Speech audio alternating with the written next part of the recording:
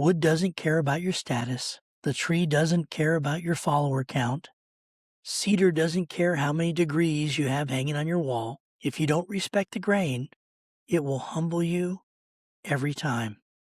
And cedar has humbled me repeatedly because cedar is beautiful, but it's also tricky. You see, it's a soft wood. It cuts easy. For me, it turns like butter most of the time, but it also likes to explode. I don't know how else to put it. I've probably lost more potential cedar bowls than any other kind of wood I work with. I average about 1 out of 3, maybe. Sometimes that average is worse. And it's frustrating because you start imagining the finished piece before you ever get there. I see the grain taking shape. I see the final finish already in my mind. I can almost feel the completed bowl in my hands before it even exists. And then suddenly, bam! Half the thing is flying across the garage. If you've ever turned wood, well, you know that sound. It's an awful sound. The sound that immediately drops your stomach into your boots. Sometimes it's user error. Sometimes the tendon I cut isn't strong enough. Sometimes the grain direction is wrong. Sometimes there's hidden weakness that I couldn't really see until pressure exposed it. And honestly, I think that's people too. A lot of us look solid until pressure hits the hidden fractures. That's why hardship reveals character. Pressure exposes what comfort conceals. And I think that's one reason Scripture talks so much about endurance. Not because suffering itself is holy, but because endurance produces something. There's a passage in Romans that says suffering produces perseverance, perseverance character, and character produces hope.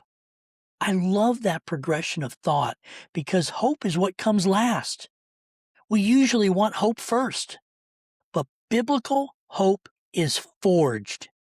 It's not naive optimism. It's not pretending things are fine. Biblical hope is what survives after the fire. And I think Cedar taught me something of this week because my first attempts failed. I got ambitious with it. A big blank, a tall bowl, fancy concentric circles cut into the tenon because I thought it would look cool. And honestly, it did look cool. Right up to the moment it flew off my lathe, and then it broke loose. The tenon snapped, and it flew free. Now, maybe the decorative cuts weakened it. Maybe the cedar just couldn't handle the stress.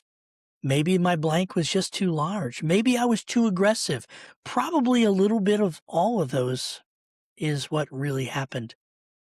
But standing there looking at that failed piece, I had a choice. I could either call cedar worthless or admit that I had something more to learn. That's a crossroads in life as well. Failure does one of two things.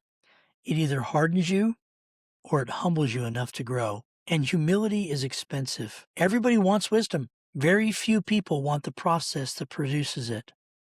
Because wisdom usually arrives carrying splinters, sometimes scars. So I went back to the saw. I cut the pieces down smaller. I paid closer attention to the pith.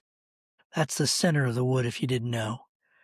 And looking carefully for the hidden cracks, I changed the profile entirely. I tried to go with something a little less ambitious, narrower maybe, a little more stable this time. Function over flair. That's another lesson adulthood teaches you eventually. Strong foundations matter more than impressive appearances.